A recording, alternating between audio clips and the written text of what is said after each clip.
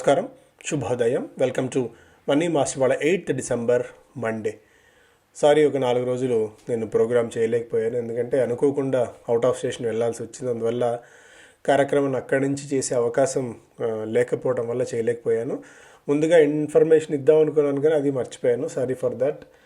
And Asian మార్కెట్స్లో trend చూస్తే నికే 0.25% మేర నష్టాలతో ట్రేడ్ అవుతుంది. హాంకాంగ్ అండ్ షాంఘై రెండు పాజిటివ్ టు ఫ్లాట్ బయాస్ అయితే ఉంది. షాంఘై 0.5% మేర లాభాలతో ట్రేడ్ అవుతుంది. లాస్ట్ ట్రేడింగ్ సెషన్ రోజున అమెరికన్ మార్కెట్స్లో కూడా 0.5% మేర లాభాలు అయితే మనకు కనిపించాయి. సో లాస్ట్ వీక్ అంతా కూడా మనకు ఒక ఈవెంట్ఫుల్ వీక్ అయితే నడిచింది. ఎందుకంటే రిజర్వ్ బ్యాంక్ ఆఫ్ ఇండియా అనూహ్యంగా 0.5% మేర వడ్డీ రేట్లలో కోత విధించడం కూడా ఒక రకంగా ఒక పాజిటివ్ పరిణామంగానే మనం భావించాలి. ఎందుకంటే అప్పటివరకు అంత పాజిటివిటీ అయితే లేదు. అంటే మేబీ తగ్గించకపోవచ్చేమో, ఇప్పుడున్న మార్కెట్ కండిషన్స్ని ఇన్ఫ్లేషన్ బేస్ చేసుకొని గ్రోత్ని హ్యామర్ అవ్వకుండా మేబీ పాస్ తీసుకోవచ్చేమో అని అనుకున్నాను. బట్ అనూహ్యంగా 0.5% మీరు వడ్డీ రేటు తగ్గించడం అనేది ఒక సర్ప్రైజ్ మార్కెట్స్కి. అండ్ కాకపోతే ఆ రేట్ కట్ని పాస్ ఆన్ చేసే అవకాశం బ్యాంక్స్కి లేదు ఇప్పుడున్న పరిస్థితులు, ఎందుకంటే కాంపిటీషన్ బాగా పెరిగింది. అండ్ దీనికి తోడు cost of acquisition of funds కూడా బాగా వాళ్ళకి టైట్ అవుతుంది. కాబట్టి పిఎస్యూ బ్యాంక్స్ అడ్వాంటేజ్ తీసుకోబోతున్నాయి ఈ 0.5% కట్ వల్ల.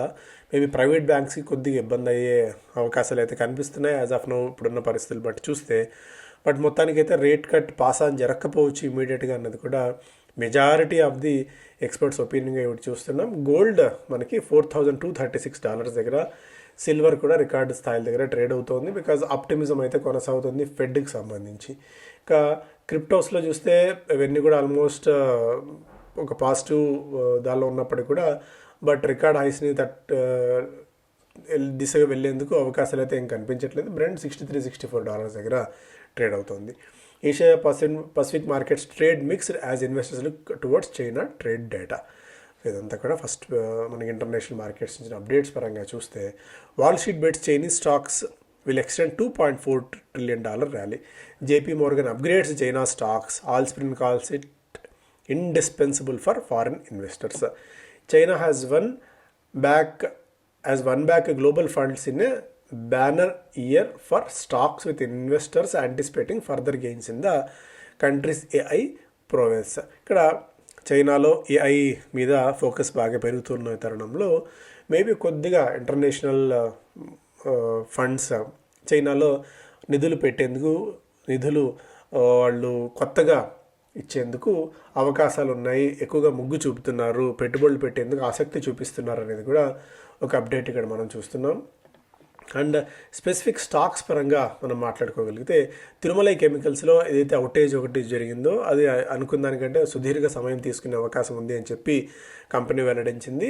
ఓవరాల్గా రెవెన్యూలో ఇది $120 కోట్ల మేర హిట్ తీసుకునే అవకాశం ఉంది అన్నది కూడా ఒక అప్డేట్. ఎందుకంటే ఈ సెగ్మెంట్ ఓవరాల్గా కంపెనీ రెవెన్యూలో $235 కోట్ల దాకా కంట్రిబ్యూట్ చేస్తున్న సెగ్మెంట్ ఇది. ఈ మ్యాలిక్ యాన్హైడ్రైడ్ అనేది ఇది ఇప్పుడు అవుటేజ్ మరికొద్ది కాలం పాటు కొనసాగే అవకాశం ఉంది. కాబట్టి మేము ఇది నెగిటివ్ అవుతుంది తిరుమలై కెమికల్స్కి. డైనమాటిక్ టెక్నాలజీస్ డసా ఏవియేషన్తో ఒప్పందం కుదుర్చుకున్నారు to complete rear fuselage for the Falcon 6X. అదొకటి. బయోకాన్ దాదాపు $4,500 కోట్ల వరకు సమీకరించబోతుంది క్వాలిఫైడ్ ఇన్స్టిట్యూషనల్ ప్లేస్మెంట్ ద్వారా వివిధ ట్రాంచెస్లో. Cochin shipyard significant European order గెలుచుకుంది to build advanced electric transverse టక్స్ని నిర్మించడానికి తయారు చేయడానికి కొచ్చిన్ షిప్ యార్డ్ ఒప్పందం కుదుర్చుకుంది అండ్ ఆర్డర్స్ కూడా గెలుచుకుంది.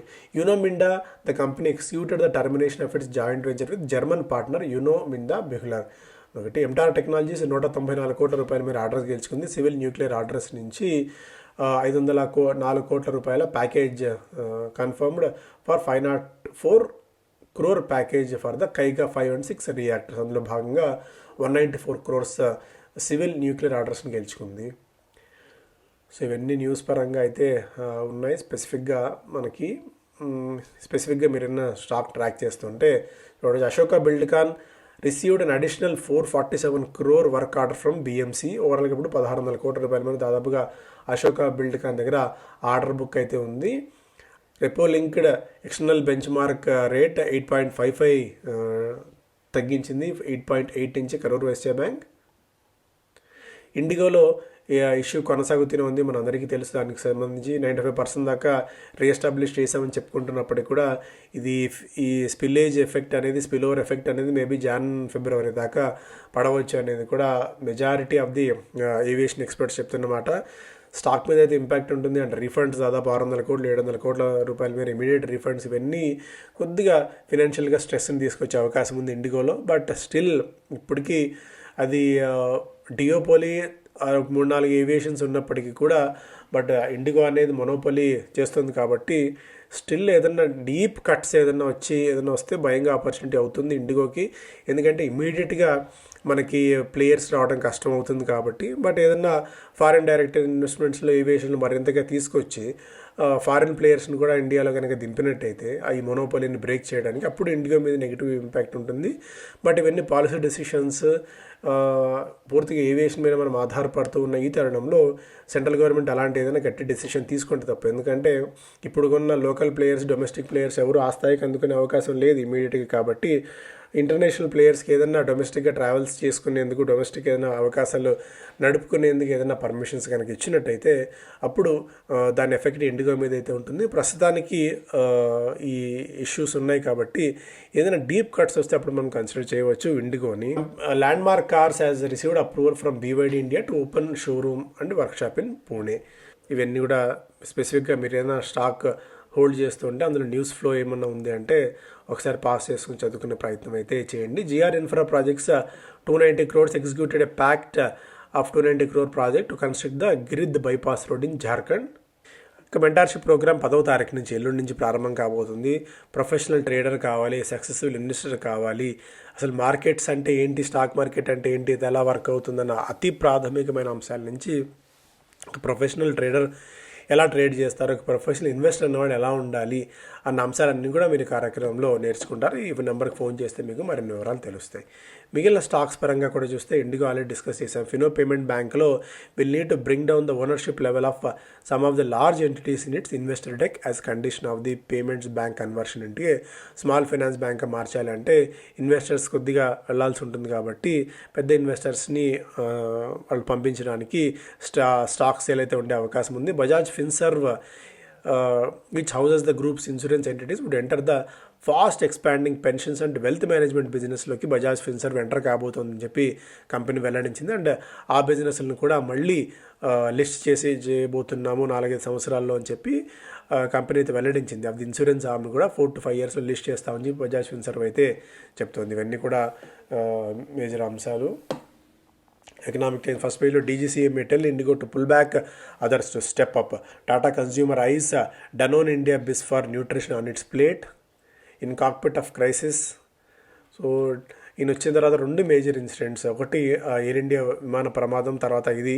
సో యంగ్ మినిస్టర్కి కొత్తగా మినిస్ట్రీ తీసుకునేందుకు ఇది పూర్తి స్థాయిలో హై ఆక్టేన్ అలాగే హై ప్రెషర్తో కూడుకున్న వ్యవహారం. ఇవన్నీ కూడా 26,500 26,800 likely if Nifty clears range, dips still majority at bank నిఫ్టీలో కూడా డిప్స్ ఏదైనా వస్తే భయంగా ఆపర్చునిటీ అవుతుంది. బై అండ్ డిప్స్ అన్న స్ట్రాటజీని ఉపయోగించవచ్చు అనేది మెజారిటీ ఆఫ్ ది ఎక్స్పర్ట్స్ చెప్తున్నమాట. అటు నిఫ్టీలో కూడా 26,000 28,000 26,800 దాకా వెళ్ళే అవకాశాలు కనిపిస్తున్నాయి అన్నది majority of the technical experts చెప్తున్న మాట. కాబట్టి సో దానికి తగ్గట్టు మీ ట్రేడ్ పొజిషన్స్ మీరు తీసుకోవచ్చు. ఏంజిల్ వన్ అలాగే మిర్రేసెట్, షేర్ ఖాన్, శామ్కో వీళ్ళందరూ వివిధ స్టాక్స్ని వాళ్ళ ట్రేడింగ్ స్ట్రాటజీస్ని ఇక్కడ ఇస్తున్నారు. PB ఫిన్టెక్ని, పాలసీ బజార్ని 1893 బై ప్రైస్, అలాగే స్టాప్ లాస్ 1768, టార్గెట్ 2100 దాకా వీళ్ళు ఇస్తున్నారు. అలాగే IndusInd bank stop loss 852, target 819 with CMP of 870. ఇవన్నీ కూడా షార్ట్ టర్మ్ రేంజ్కి మిర్రే అసెట్ ఇస్తున్న స్టాక్స్ ఇవి.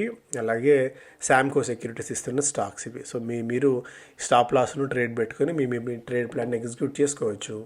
అలాగే call of duty infuses fresh energy అంటూ లోకల్ గేమ్ మేకర్స్. సో ప్రభుత్వం బార్డర్స్ దగ్గర స్ట్రెంథన్ చేస్తూ ఉన్న ఈ తరుణంలో లోకల్గా companies like JCB India, BEML, ACE లాంటి వాటికి కొత్త డిమాండ్ వస్తుందన్నట్టుగా కూడా ఒక ఇంట్రెస్టింగ్ అప్డేట్కి ఇక్కడ మనం చూస్తున్నాము.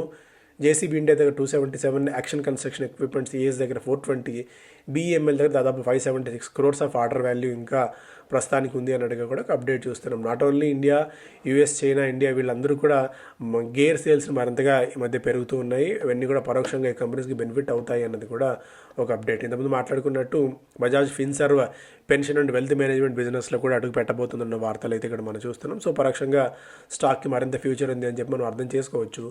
గ్రోకి సెబీ లైసెన్స్ వచ్చింది, ఆన్లైన్ బాండ్ ప్లాట్ఫామ్ లైసెన్స్ ఏర్పాటు చేసుకునేందుకు. And demand revival, IT services companies log 26% rise in Q2 deal value. పరోక్షంగా ఐటీకి ఒక పాజిటివ్ వార్తగా ఇక్కడ మనం చూడాలి. బిజినెస్ స్టాండర్డ్ ఫస్ట్ పేజ్లో IndiGo board steps in forms crisis management group, fund raising flood gates swing wide open. ఇది ఈసారి అదాని ఎంటర్ప్రైజ్ దాదాపు 25,000 కోట్ల రూపాయల రైట్స్ ఇష్యూని ఓపెన్ చేసిన తరుణంలో మెజారిటీ ఆఫ్ నిధులు వెళ్ళాయి. స్విగ్గీ కూడా దాదాపు 10,000 కోట్ల రూపాయల క్వాలిఫైడ్ ఇన్స్టిట్యూషన్ ప్లేస్మెంట్ ద్వారా నిధులు సమీకరించబోతుంది. ఐసీఐసీ ఇప్పుడు ఏఎంసీ కూడా దాదాపు 10,000 కోట్ల రూపాయల దాకా మార్కెట్ నుంచి సమీకరించబోతుంది. ఇవన్నీ కూడా మార్కెట్స్కి ఫుల్ లెంత్ డబ్బులు స్క్వీజ్ అవుట్ చేసే ప్రయత్నం అయితే జరుగుతోంది. Anchor Road throws a wild card in the mix. Meesho's anchor allocation dispute could prompt issuers and investment bankers to rethink how shares are distributed to cornerstone investors in oversubscribed IPO.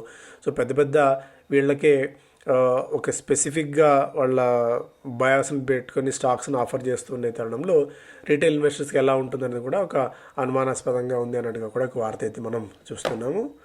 అలాగే VI proposal to government seeks recalculation of AGR. So AGRని recalculate చేయాలని చెప్పి Vodafone Idea ప్రభుత్వాన్ని కోరబోతోంది. Considering all options decision before year end.